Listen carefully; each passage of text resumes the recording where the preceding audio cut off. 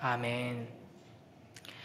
네, 여러분, 우리 2024년 우리 미랄교회 표어가 뭔지 아시나요? 네, 딱 앞에 있죠. 우리 이쪽부터 먼저 같이 읽어볼까요? 시작. 하나님의 사랑을 사모하는 교회. 그 다음에 이쪽 있습니다. 시작. 하나님의 사랑을 나누는 교회. 네, 너무나도 멋지고 좋은 표어로 우리가 새해를 시작한 것 같습니다. 제가 제일 좋아하는 표현 중에 하나가 바로 이 하나님의 사랑이라는 표현입니다. 그래서 우리가 올 한 해는 하나님의 사랑을 사모하고 또 하나님의 사랑을 나누는 교회를 소망하면서 또 그렇게 세워져 가야 할 터인데, 그러면 이제 하나님의 사랑이 뭔지를 알아야지 사모하겠죠. 그러니까 그냥 사랑이 아닙니다. 그냥 뭐 형제 간의 사랑, 가족 간의 사랑, 연인 간의 사랑, 그 정도의 사랑을 우리가 사모한다는 게 아니라 하나님의 사랑을 사모한다는 거고, 그저 뭐 이웃에게 뭐 친절을 베푸는 정도의 뭐 부모 자식 간에 보여줄 수 있는 그 정도의 사랑을 우리가 나누겠다 하는 것이 아니라 하나님의 사랑을 나누겠다 하는 것이죠. 그러면은 하나님의 사랑이 무엇인지를 알아야지만 우리가 사모할 수 있고 또 나눌 수 있습니다. 또 다르게 표현하자면 하나님의 사랑을 알면, 하나님의 사랑이 뭔지를 하나님께서 우리에게 보여주시는 대로 제대로 알기만 한다면 당연히 더욱 사모하게 되고 나눌 수밖에 없게 됩니다. 그래서 오늘 이 삼위일체 하나님의 사랑이라는 주제로 이 삼위일체 교리를 살짝 다뤄보려고 하는데요. 하나님의 사랑에 대해서 이해하려면 하나님의 존재 방식인 삼위일체를 알아야 합니다. 또 삼위일체를 알기 위해서는 사랑을 알아야 하는 것이죠. 오늘 말씀을 통해서 우리를 향한 이 삼위 하나님의 사랑을 다시 한번 확인하면서 더욱 사모하게 되고 또 나누게 되는 복된 우리 모두가 되길 주님의 이름으로 축복합니다. 제 모교회 친구 중에 지금 캐나다에 정착해서 살고 있는 친구가 있는데, 그 친구랑 대화를 하던 중에 그 친구가 이제 직장 생활을 시작하면서 아주 친해진 친구가 있다고 합니다. 그래서 이제 마음도 잘 맞고 서로가 서로를 볼 때, 너는 어떻게 이렇게 착하고 보통 사람하고 다르냐 이러면서 이제 서로가 딱 마음이 맞아서 아주 친해지고 항상 같이 붙어 다니곤 했는데, 알고 봤더니 그 친구가 무슬림이었다고 합니다. 그러니까 영어로 이렇게 서로 대화를 하는데 그 친구도 하나님 얘기를 하고 God 어쩌고 저쩌고, 자기도 이제 God 어쩌고 저쩌고 하나님 얘기를 했는데 좀 더 친해지고 알고 봤더니 이제 무슬림이었던 거죠. 그래서 이제 저랑 대화를 하면서 이렇게 물어보더라고요. 그들이 믿는 God, 알라로 번역되는 그 하나님하고 우리가 믿는 하나님하고 가장 큰 차이가 뭘까? 이렇게 물어보더라고요. 제가 그 즉시 바로 이렇게 대답했습니다. 우리가 믿는 하나님은 삼위일체 하나님이시지. 이게 이제 기독교 신앙이 가지고 있는 가장 특별한 지점이고 가장 독특한 점입니다. 그렇기 때문에 어떤 사람이 나는 하나님을 믿습니다, 나 교회 다녀요, 나 크리스천이에요, 나 뭐 그리스도인이에요, 이렇게 아무리 말하고 우리와 함께 찬양하고 그렇게 한다고 해도 삼위일체 하나님을 바르게 믿고 고백하지 않는다면, 혹시 뭐 무슬림들이나 유대교인들처럼 전능하시고 유일하신 하나님만을 고백한다면 그 사람은 그리스도인이라고 할 수 없는 것이겠죠. 예를 들어서 이런 겁니다. 이제 어떤 사람이 저를 만나서 교제하고 나서 내가 저 미랄교회 전성우 목사라는 분과 만나서 이렇게 교제를 나눠봤더니 굉장히 지루하고 아주 따분한 사람이더라 라고 이야기를 한다면 사실과 굉장히 다르지만 사람마다 느끼는 게 다를 수 있죠. 그렇기 때문에 하나님을 말씀을 통해 또 살아계신 하나님을 인격적으로 만나도 이제 어떤 지점에서는 강조점이 다를 수 있습니다. 그래서 이제 큰 틀에서 기독교 안에 여러 가지 교단과 교파들이 나뉘는 것이죠. 그러나 어떤 사람이 저를 이제 만나서 교제했다고 하면서 이제 물어보는 거예요. 너희 교회, 미랄교회 전성욱 목사님이라고 있지? 뭐 전성욱이라고 있지? 있는데? 내가 만나가지고 이제 교제를 나누고 이제 좀 친해졌어. 그 흑인 여자 스님 굉장히 멋지던데? 이렇게 하면은 저를 만난 건가요? 존재 자체가 완전히 다르죠. 그러니까 하나님을 믿는다, 하나님을 만났다라고 하면서 삼위일체적으로 하나님을 믿고 만나지 않는다면 그것은 신앙이 조금 위험한데 조금 다른 데가 아니라 전혀 잘못된 방향으로 나아간 것입니다. 그렇기 때문에 우리는 삼위일체 교리를 제대로 배우고 이해해야 하고 그 신앙 위에 바로 서기 위해 힘써야 하는 것이죠. 사실 성경에는 이제 삼위일체라는 용어 자체는 언급되고 있지 않습니다. 제가 예전에 이제 청소년 아이들한테 성경에서 삼위일체라는 단어가 가장 많이 나오는 책은 66권 중에 어디일까요? 하는 게 난리가 나가지고 막 여기저기 다 막 나오는데 성경에는 삼위일체라는 용어 자체는 없죠.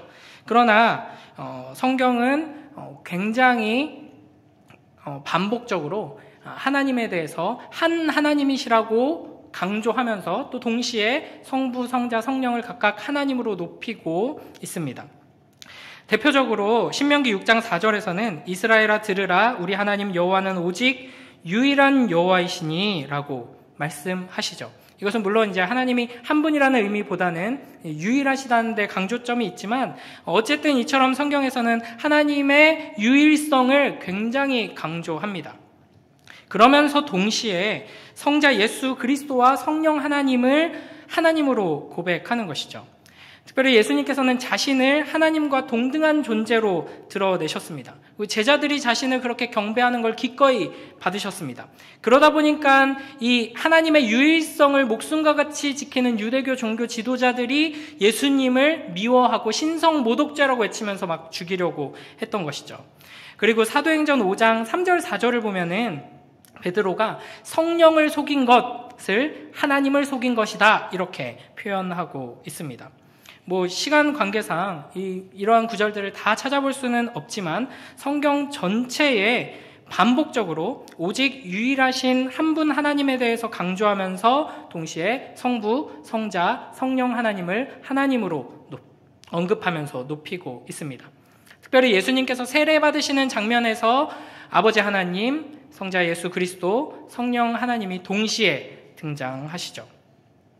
그래서 성경적이고 역사적인 기독교가 고백하는 삼위일체 교리는 이렇게 요약할 수 있습니다. 하나님은 영원히 성부, 성자, 성령의 서로 구별되는 인격이신 세 분으로 존재하시며 이 세 분 성부, 성자, 성령은 각각 완전한 하나님이시며 이 세 분 성부, 성자, 성령이 하나님으로서 가지고 계신 신성은 하나다. 어렵죠? 이 삼위일체 교리는 사실 우리 머리로 다 이해하기는 어렵습니다. 그래서 이제 온갖 잘못된 설명들이 등장하곤 합니다. 그래서 흔히 이제 삼위일체 교리를 설명하면서 내가 집에서는 한 여자의 남편이고 또 아이들의 아빠이고 교회에 오면 목사고 이런 것처럼 성부, 성자, 성령 하나님이 계신다. 이렇게 설명하는 경우가 있는데 이게 이제 대표적인 이단 사상이죠. 양태론적 이단이라고 합니다. 그러니까 하나님은 성부, 성자, 성령, 삼위로 각각 존재하시지만 하나님은 한 분이십니다. 이 두 가지를 성경이 동시에 말하고 있기 때문에 우리는 이 두 가지를 동시에 고백하면서 믿어야 하는데 내가 교회에서는 목사고 집에서는 아빠고 또 아내랑 있을 때는 남편인 것처럼이라고 말하는 것은 한 사람인 거잖아요. 한 사람이 각각 다른 역할을 할 뿐이죠. 그렇기 때문에 삼위일체적인 하나님의 이해가 아닌 것입니다. 근데 이런 것들이 굉장히 많습니다. 물이 온도에 따라서 이제 액체, 고체, 기체로 변하는 것을 비유로 들어서 삼위일체 하나님을 설명하려고 한다든지 그런 것들이죠.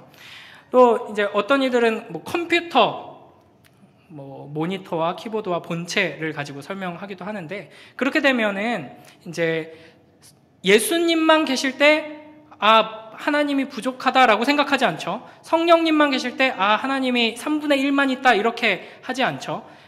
성자 하나님, 성부 하나님, 성령 하나님 다 각각 하나님이십니다. 그런데 이제 아빠가 생일 선물로 너 컴퓨터 사줄게 라고 했는데 모니터만 딸랑 들고 오면 컴퓨터 사주셔서 감사합니다 하지 않죠. 모니터와 키보드와 본체가 요즘에는 조금 구성이 다를 수 있지만 기본적으로 세 개가 합쳐져야지 컴퓨터가 완성됩니다. 이제 그런 것처럼 하나님을 마치 성부, 성자, 성령 세 분이 합체해서 3분의 1씩 합체해서 하나가 되는 것처럼 이해하면 잘못된 이해인 것이죠.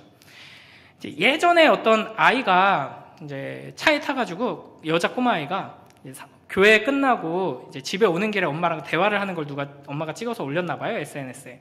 그래서 엄청 귀엽게 막 삼위일체 하나님에 대해서 막 설명을 해요. 그래서 삼위일체 하나님은 세입클로바 같아. 세입클로바는 각각 잎사귀가 3개가 있지만 다 연결되어 있지. 삼위일체 하나님이 그래 성부, 성자, 성령으로 계셔. 그러니까 엄마가 너무 기특하다 하고 그걸 SNS에 올렸어요. 근데 댓글들이 어쩜 이렇게 성경 교육을 제대로 받고 우리 한국 교회의 미래다, 희망이다 라고 하는데, 제가 그 밑에다가 양태론적 이단입니다 이렇게 썼거든요.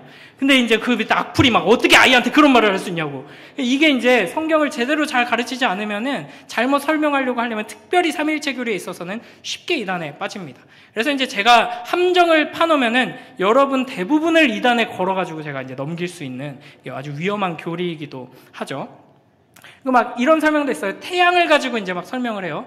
은혜 받으시면 안 돼요. 태양이 있죠. 성부 하나님.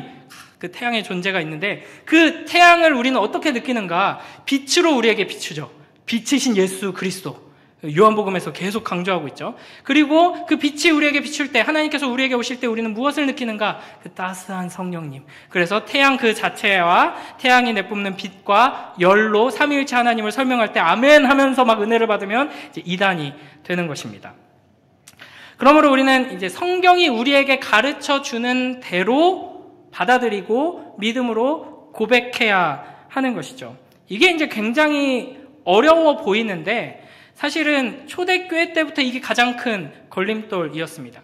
초대교회 멤버들 중에는 그렇게 예수님을 핍박하던 제사장들, 바리새인들도 많이 들어왔었거든요. 그러니까 유대인들에게 가장 걸리는 지점이 그거였죠. 그냥 하나님이 보내신 선지자 중에 하나, 메시아 정도로만 하면은 충분히 이 교회에 들어올 수 있겠는데, 예수 그리스도를 하나님으로 높이며 예배하고 하나님께 드리던 경배를 예수 그리스도와 성령님께 올리는 것이 가장 큰 걸림돌이었을 뿐 아니라 논리적으로 생각하는 사람들에게는 모순처럼 느껴졌던 것이죠. 그럼에도 불구하고 첫 교회가, 초대교회가 세워진 이후로 지금까지 그리스도교는 이 삼위일체 교리를 절대 놓치지 않았고 수정하지 않았습니다. 그러니까 이 삼위일체 교리라는 게 사람이 고안해내고 만들어낸 교리가 아니라 하나님께서 계시해 주신 그대로 우리가 붙들고 있다는 증거이죠. 이게 어렵지만 이런 표를 하나 보여주시면 이 표를 통해서 조금 정리하시는 게 좋습니다. 이게 아주 오래된 전통적인 방식인데, 성부는 하나님이다, 성자는 하나님이다, 성령은 하나님이다 라고 고백하면서 동시에 성부는 성자가 아니다, 성자는 성령이 아니다, 성령은 성부가 아니다. 그러니까 성부, 성자, 성령 세 분이시네? 아니, 한 분이시다. 그러면은 성부, 성자, 성령이 같은 분이시네? 아니, 성부는 성자가 아니고 성자는 성령이 아니고 성령은 성부가 아니다. 도대체 무슨 소리냐? 이렇게 되는 게 이제 삼위일체 교리입니다. 삼위일체 교리에 대한 완전한 이해는 사실상 불가능할 것입니다. 왜냐하면 우리의 언어의 한계와 시공간의 한계로 인하여서죠. 하나님은 무한하시고 영원하시고 불변하시기 때문에 우리가 그 하나님을 완전히 이해할 수는 없습니다. 그래서 욥기 11장 7절 9절에서 이렇게 말합니다. 우리 함께 읽어보겠습니다. 시작. 내가 하나님의 오묘함을 어찌 능히 측량하며 전능자를 어찌 능히 완전히 알겠느냐. 하늘보다 높으시니 내가 무엇을 하겠으며 수월보다 깊으시니 내가 어찌 알겠느냐. 그의 크심은 땅보다 길고 바다보다 넓으니라. 아멘. 방대한 저작으로 삼위일체 교리를 아주 잘 정리한 교부 성 어거스틴도 삼위일체 하나님을 다 이해하려는 것은 마치 바다를 국자 하나로 측량하려는 시도와 같다라고 이야기합니다. 그러니까 무한히 크신 하나님이기 때문에 유한한 우리가 이해할 수 있는 데는 분명한 한계가 있는 것이죠. 제가 삼위일체를 아주 잘 설명해서 여러분이 오늘 집에 들어가는 길에 시간이 늦어서 피곤하지만 내가 신앙생활 오래 했는데 삼위일체를 드디어 제대로 배우고 깨달았다 하고 돌아가신다면 빨리 다시 오셔서 이제 이단 판정을 받으셔야 합니다. 그러니까 우리가 머리로 다 이해하는 순간 우리 머릿속에 들어올 정도로 작아진 하나님을 우리는 붙들게 되는 것이죠. 그렇기 때문에 삼위일체 교리를 성경이 말하는 대로 제대로 배운 사람의 반응은 하나님의 크심 앞에 경외하며 엎드리며 하나님을 송영하는 것이 되어야 할 것입니다. 그러면 이제 삼위일체 하나님 너무 크시기 때문에 우리가 다 알 수 없으니까 배우지 말자로 가면 안 되고 우리는 하나님을 알기에 힘써야 하는 것이죠. 하나님께서는 그럼에도 불구하고 우리를 사랑하셔서 우리에게 하나님을 드러내 보여주십니다. 계시해 주시는 만큼 우리는 듣고 보고 믿고 따라야 하는 것이죠. 그래서 이 삼위일체 교리를 이해하는 핵심 키워드는 제가 생각하기에는 사랑입니다. 하나님의 본질을 한마디로 성경에서 사랑으로 정의하죠. 우리 요한일서 4장 8절 말씀 함께 읽어보겠습니다. 시작. 사랑하지 아니하는 자는 하나님을 알지 못하나니 이는 하나님은 사랑이심이라. 아멘. 사랑하면 하나님을 알 수 있습니다. 하나님은 어떤 분이신가? 하나님은 사랑이십니다. 그러니까 사랑이 하나님의 가장 중요한 본질적인 속성인 것이죠. 이 표현을 잘 생각해 보면 단순히 하나님은 자비가 많으시다, 하나님은 심판하신다, 이런 식의 표현이 아닙니다. 하나님은 사랑이 많으시다 혹은 하나님은 사랑하신다 이렇게 말하지 않고 하나님은 사랑이시다라고 이야기하고 있죠. 그러니까 하나님은 사랑은 하나님의 존재, 이게 하나님의 속성의 가장 중요한 부분입니다. 그러면 이제 이 사랑이 무엇인가? 사랑이라는 것은 기본적으로 사랑을 하는 주체와 사랑을 받는 대상이 있어야지만 성립하는 용어입니다. 혼자 할 수 없죠. 예전에 그런 노래가 있었는데 나 혼자 밥을 먹고 나 혼자 영화를 보고 뭐 그런 노래가 있었거든요. 나 혼자 할 수 있는 게 많지만 진정한 사랑만큼은 혼자 할 수 없습니다. 예전에 이제 제가 자료 조사하다가 별 이상한 사람들이 많이 있어요. 이 세상에는 이제 에펠탑이랑 결혼한 여성도 있고요. 베를린 장벽이랑 결혼했다고 혼인 신고를 정부에다가 내는 사람도 있고, 일본에는 3D 캐릭터랑 결혼하는 사람들도 있고 하지만 진정한 사랑은 상대방이 있어야지만 이루어지는 것이죠. 그런 점에서 하나님을 사랑이라고 우리에게 가르쳐 주시는 것은 하나님의 존재 자체가 관계적이다. 하나님께서는 공동체로 존재하신다라는 것을 우리에게 보여주는 것입니다. 성부, 성자, 성령 삼위 하나님께서는 창세 전부터 영원히 서로 사랑하셨습니다. 우리가 감히 상상할 수 없을 만큼 깊이 진하게 사랑을 나누시면서 존재하셨던 것이죠. 우리가 이거를 다 이해할 수는 없지만 하나님께서 우리에게 좀 알려주시는 방식대로 어렴풋이 맛볼 수 있는 길이 있는데, 창세기 2장 24절에 이러므로 남자가 부모를 떠나 그의 아내와 합하여 둘이 한 몸을 이룰지로다. 아멘. 그러니까 남자와 여자가 결혼하면 한 몸이 된다라고 말씀하시는데요. 여기서 한이라고 번역된 히브리어가 이스라엘아 들으라 쉐마 이스라엘에서 유일한 여호와라고 할 때 유일한과 같은 단어입니다. 그러니까 물론 남자와 여자가 결혼 언약 안에서 사랑으로 하나 되는 것은 삼위 하나님의 하나됨에 대한 아주 작고 희미한 비유일 뿐이죠. 그럼에도 불구하고 우리는 이 남자와 한 여자가 결혼 언약 안에서 남편과 아내로 하나가 되는 것을 통해 이것을 좀 쉽게 이해할 수 있습니다. 물론 이제 남편과 아내가 서로 아주 깊이 사랑한다고 해서 자웅동체가 되는 것은 아니죠. 그러나 사랑으로 연합해서 모든 것을 공유하고 함께하면서 나보다도 내 배우자를 더 소중히 여기고 사랑하고 존중하면서 마치 한 몸인 것처럼, 한 마음인 것처럼, 하나의 존재인 것처럼 그렇게 묶여지게 됩니다. 성부와 성자, 성령은 이와 같이 사랑으로 완전한 연합을 이루시기에 세 분이라고 말할 수 없을 정도로 사랑 안에서 하나로 존재하고 계시는 것입니다. 이 삼위일체 하나님의 존재 방식이 사랑이라는 것이 굉장히 중요한데요. 왜냐하면 이 온전한 사랑 안에서 영원히 계셨기 때문에 삼위 하나님은 부족한 것이 없으셨습니다. 그래서 이제 어떤 사람들은 하나님이 왜 창조하셨을까요? 라고 묻기도 하고 창조하시기 전에 뭐 하셨을까요? 묻기도 합니다. 그래서 고대부터 많은 사람들이 신이 이 세상을 창조한 이유를 생각할 때 따분해서 아니면 신만으로서는 외롭고 부족해서라고 생각하는데 삼위 하나님께서는 전혀 그렇지 않으십니다. 성부, 성자, 성령 하나님 서로가 서로에게 주고받는 그 사랑의 관계 안에서 완전한 행복과 완전한 만족과 기쁨을 누리면서 존재해 계셨습니다.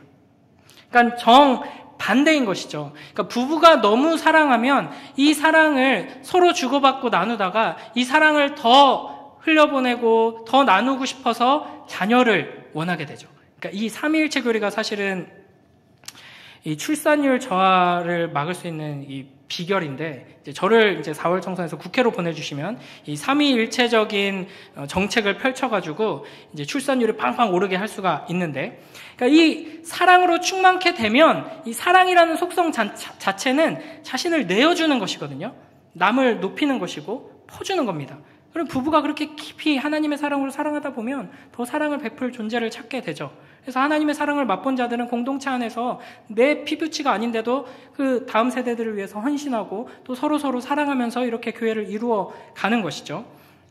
그런 것처럼 하나님께서는 심심해서 일손이 필요해서 나의 존재만으로는 너무 외롭고 공허해서 창조를 하신 게 아니라 완벽하셨음에도 불구하고 온전하셨음에도 불구하고 사랑이시기 때문에 사랑하기 위해 자신을 내어주기 위해 우리를 창조하셨다 하는 것입니다.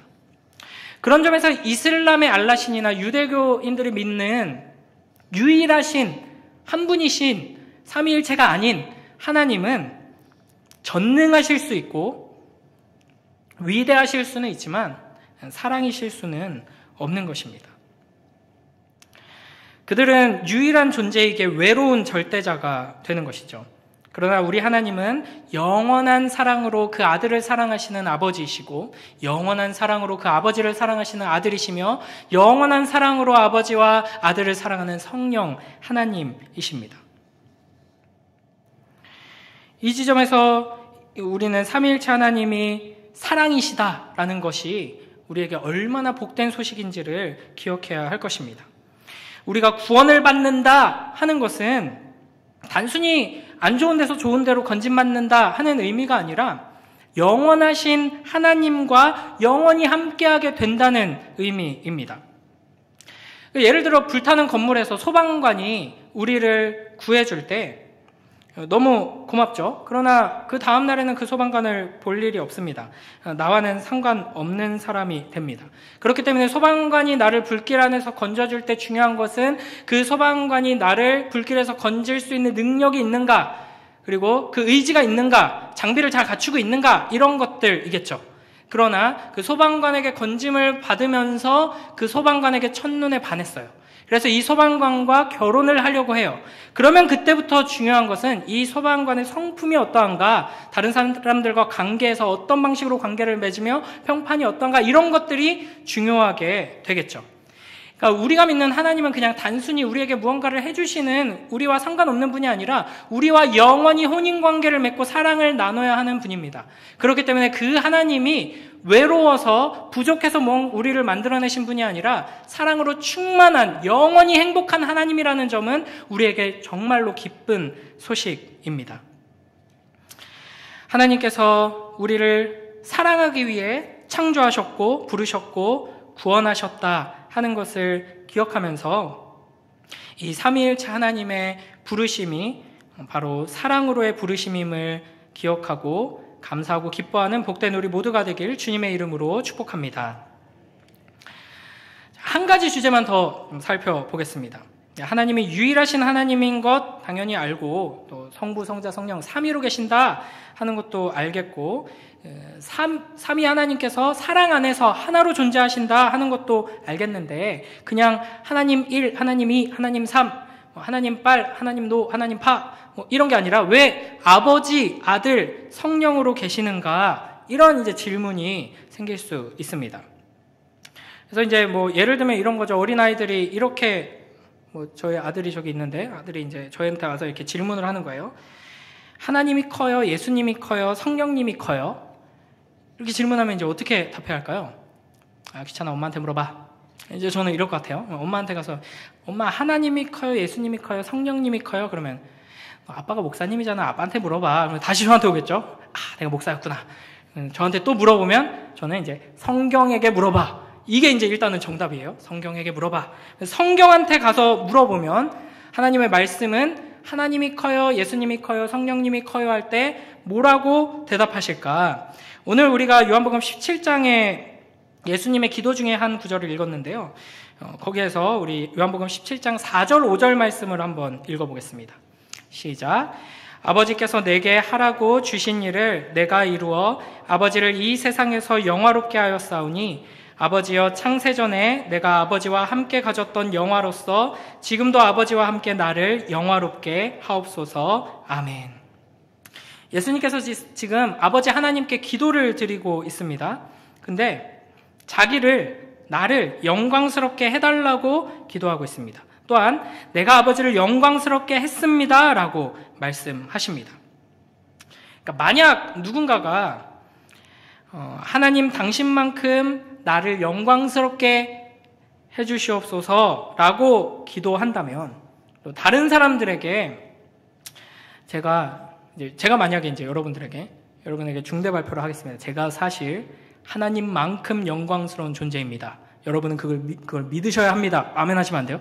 네, 만약에 그렇게 한다면 그건 굉장히 심각한 표현이겠죠. 뭐 사이비 교주나 이단들이 하는 것처럼 이상한 소리라고 할 겁니다. 그러나 예수님께서는 그렇게 기도하십니다. 당신이 영광스러우신 만큼 영광과 존귀와 찬양을 내가 받게 해 주시옵소서 이렇게 기도를 하죠. 이런 기도를 할 수 있는 존재는 하나님 밖에는 없습니다.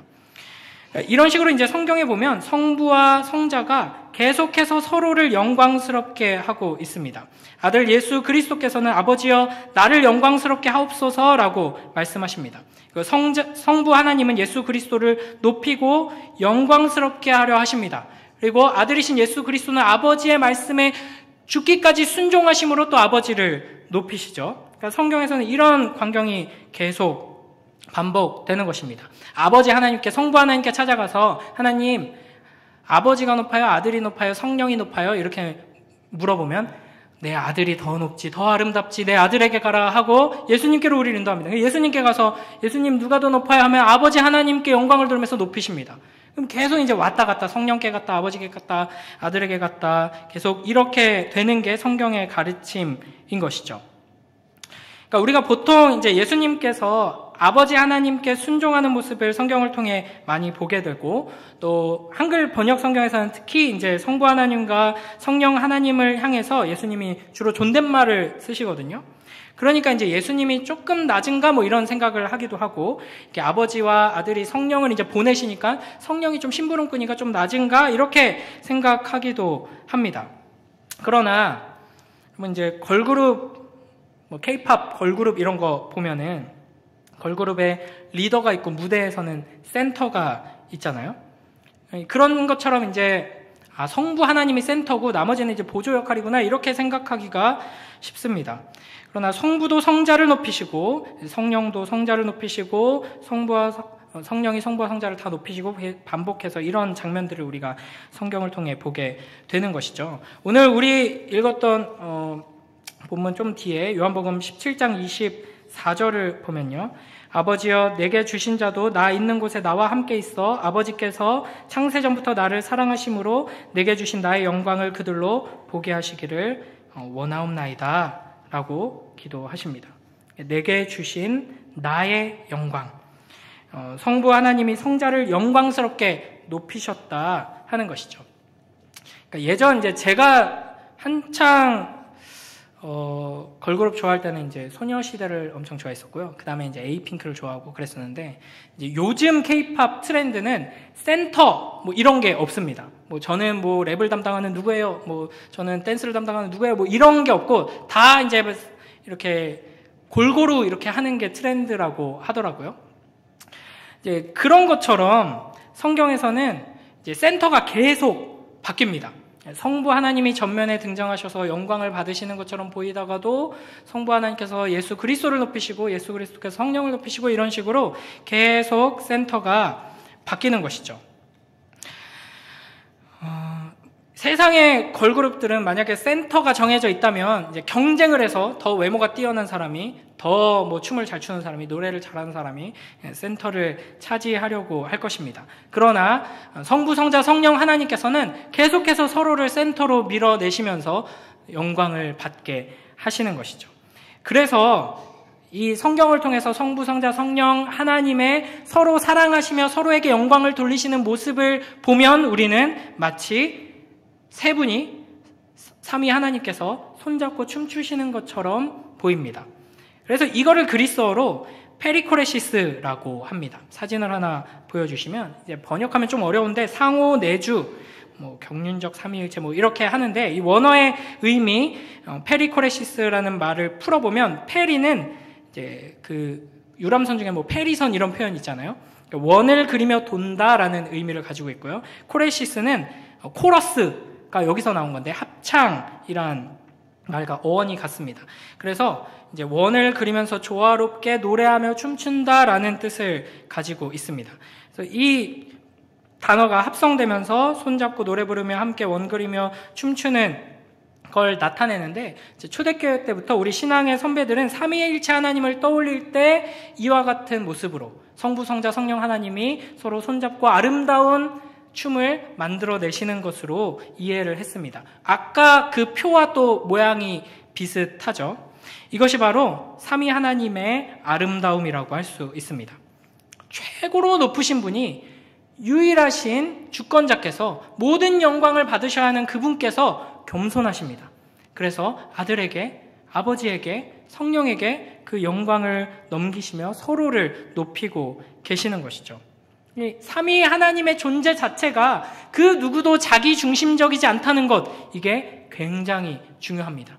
이 세상이 지옥 같은 이유는 각자가 다 자기 중심적이기 때문이죠. 그러나 이 세상을 창조하시고 하나님의 영광으로 우리를 회복시키기 원하시는 삼위 하나님은 영원 전부터 서로를 높이는 사랑으로 존재하셨던 것입니다. 그리고 이제 결론입니다. 삼위 하나님께서는 결국 우리를 높이십니다. 요한복음 17장 2절 말씀을 함께 읽어보겠습니다. 시작. 아버지께서 아들에게 주신 모든 사람에게 영생을 주게 하시려고 만민을 다스리는 권세를 아들에게 주셨음이로소이다. 아멘. 하나님께서는 우리에게 영생을 주게 하시려고 이 모든 것을 예수 그리스도에게 주셨습니다. 그러니까 아까 말씀드렸듯이 영생을 가진다는 것은 단순히 지옥에 안 간다 하는 의미가 아니라 오직 하나님만이 가지고 계신 그 생명을 소유하게 된다 하는 것입니다. 그러니까 하나님처럼 하나님의 생명을 가지고 하나님과 함께 살아갈 수 있게 된다 하는 것이죠. 그러니까 하나님께서는 삼위 하나님만이 그 삼위 하나님의 하나 되는 영원한 사랑 안에서 누리던 그 사랑, 그 영원한 생명을 우리로 하여금 소유하고 누리도록 하기 위해서 예수 그리스도를, 그 아들을 우리에게 보내셨다 하는 것입니다.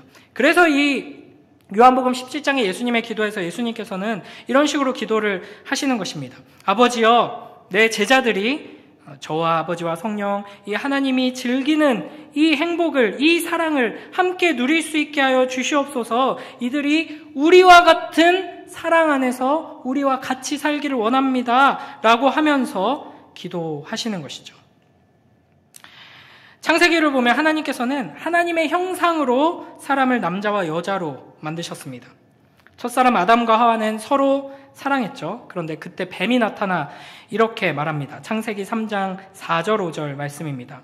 뱀이 여자에게 이르되 너희가 결코 죽지 아니하리라. 너희가 그것을 먹는 날에는 너희 눈이 밝아져 하나님과 같이 되어 선악을 알 줄 하나님이 아심이니라. 아멘. 여기서 하나님과 같이 되어라는 말은 뱀이 사람이 감히 꿈꿔서도 안 되는, 넘보면 안 되는 꿈을 심어준 것이 아닙니다. 하나님의 원래 계획은 우리가 하나님과 같이 되는 것이었습니다. 제가 2024년 되면서 이 메시지를 했었는데 기억 못 하시겠지만 우리 베드로후서 1장 4절 말씀 함께 읽어볼까요? 시작.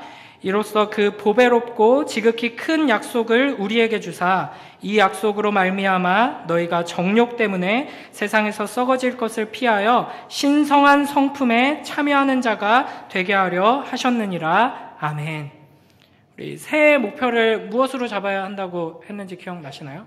신성한 성품에 참여하는 것, 하나님께서 우리를 향해 가지고 계신 그 계획을 우리의 계획으로 삼아야 한다 했습니다. 그러니까 하나님께서 우리를 지으시고 부르시고 구원하시고 이 자리에 모으시고 하신 목적은 뭐냐? 궁극적으로 신성한 성품에 참여하는 것입니다. 우리가 하나님을 닮아가는 것, 하나님처럼 되는 것이죠. 4세기의 교부 아타나시우스는 이렇게 말합니다. 우리가 하나님 되게 하시려고 그분이 인간이 되셨다. 종교개혁자 마틴 루터는 이런 식으로 표현합니다. 우리를 하나님처럼 만드시는 것이 복음의 목적임을 알아야 한다. 말하자면 일종의 신격화이다. 그러니까 우리는 신격화라는 단어를 들으면 북한의 김모 씨라든지 통일교 이런 교주 같은 막 이렇게 왕관 쓰고 나와가지고 이상하게 하늘 배경으로 사진 찍고 막 이러는 교주들을 생각하기 쉽지만 신격화, 신처럼 된다, 하나님처럼 된다라고 할 때 우리는 삼위일체 하나님처럼 된다는 것으로 이해하고 생각해야 합니다. 그것은 곧 어떤 의미인가? 자기 중심적이지 않고 모든 영광을 내가 얻으려고 하지 않고 그 존재 자체가 사랑이기에 어떻게든 자기 자신을 다 내어주는 사랑으로 사랑하려는 존재로 만드시려고 하나님께서 우리를 부르셨다 하는 것입니다. 그 아버지 하나님께서 우리를 사랑하셔서 그 아들을, 너무나도 사랑스러운 독생자 아들을 내어주신 그 사랑으로 아버지 하나님을 너무나도 사랑하기에 그 아버지 하나님의 사랑하는 자녀들인 우리를 위해 그 십자가에서 모든 것을 다 내어주신 예수 그리스도의 사랑으로 그 아버지와 그 아들의 부르심에 순종함으로 보냄받아 우리와 항상 함께 하시며 겸손히, 성령 하나님의 별명은 수줍은 하나님이시거든요. 절대로 너희가 나를 높여라, 나를 기억해라, 막 성령 충만, 성령 이러는 교회들 다 대부분 좀 이상하잖아요. 성령 하나님은 절대로 자기가 영광을 받으시고 자기가 높임받지 않으시고 성령을 힘입은 사람은, 성령 충만한 사람은 예수 그리스도를 믿고 높이게 되고 예수 그리스도의 아름다움을 찬양하게 되고 아버지 하나님을 따르게 되는 것입니다. 그 겸손하신 사랑의 모습으로 우리가 자라나도록 하나님께서는 우리를 부르고 계신다 하는 것입니다. 거룩하신 성삼위일체 하나님께서는, 영원한 사랑 안에서 하나이신 하나님께서는 이 사랑으로 우리를 지금도 부르고 계십니다. 이 신성한 성품에 참여하는 것, 삼위 하나님의 사랑 안에서 그 사랑을 받아서 누리면서 그 사랑에까지 자라나는 것을 계속해서 사모하면서 그 사랑을 닮아서 계속해서 그 사랑을 나누는 아버지 하나님이 우리에게 보여주신, 예수 그리스도께서 보여주신 그 사랑으로 서로 나누고 우리의 이웃들에게 나누는 복된 우리 모두가 되길 주님의 이름으로 축복합니다.